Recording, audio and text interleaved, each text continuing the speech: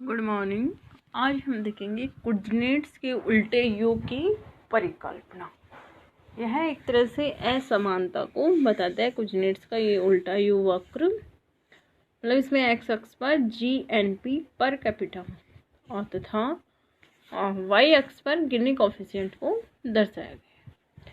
Coordinates का you वक्र बताता है कि साइमन कोऑर्डिनेट्स का विचार है कि आर्थिक वृद्धि की आरंभिक चरणों में आय वितरण की स्थिति खराब होगी। आप देख सकते हैं इसमें कि गिनी कोएफिशिएंट प्रारंभ में बढ़ रहा है, और गिनी कोएफिशिएंट का बढ़ने का तात्पर्य आपने कल देखा ही कि गिनी कोएफिशिएंट जितना अधिक एक के पास में होगा, मतलब 0 से 1 उसका सीमा है, तो वह अगर 1 के जितना अधिक पास होगा उतनी ही अधिक असमानता होगी। तो प्रारंभ में यह अनुपात बढ़ता हुआ यथार्थ गिनी कोएफिशिएंट बढ़ रहा है। फिर उसके बाद में जबकि पिछले चरणों में सुधार होगा। कोऑर्डिनेट्स की यह टिप्पणी को उल्टे यू की कोऑर्डिनेट्स वक्र कहा जाता है। कोऑर्डिनेट्स ने गिनी अनुपात पर के प्रयोग द्वारा बताया, और उन्होंने बताया कि आरंभिक चरणों में असमानता की स्थिति खराब होगी, फिर उसके बाद में यह स्थिर हो जाएगी और इसके बाद में वापस असमानता रिड्यूस होने लगेगी। इस तथ्य के पीछे उन्होंने रीजन क्या दिए। फर्स्ट उन्होंने रीजन दिया ढांचा संबंधी परिवर्तन।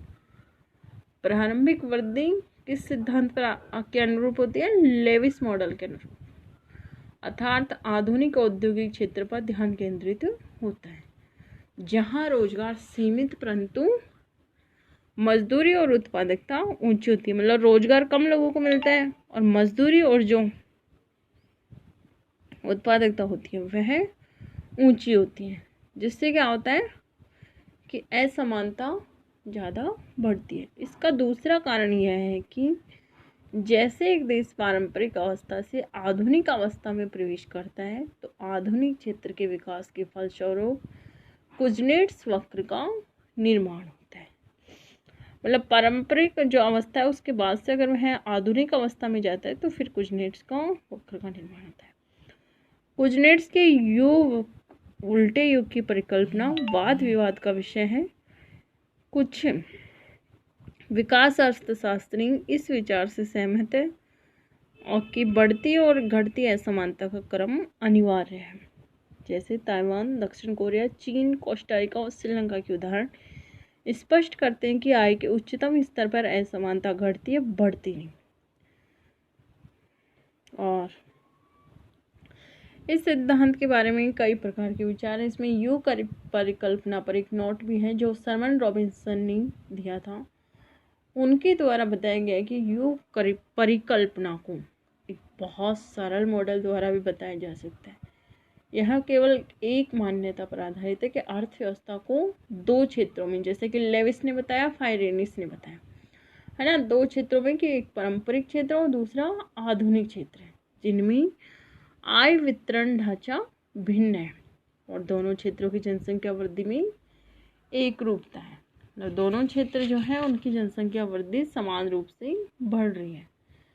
तो यह जो सरमन रॉबिन्सन का नोट है वो यह बताता है कि यदि हम मान लिया जाए तो पहले क्या होगा कि असमानता पहले बढ़ेगी, फिर अधिकतम पॉइंट तक, जैसे कि आप इस डायग्राम में देख रहे हैं, मैक्सिमम पॉइंट पर जाकर यह रुक जाएगी और उसके बाद से यह घटना लग जाएगी। तो यह एक तरह से यू परिकल्पना का सार है।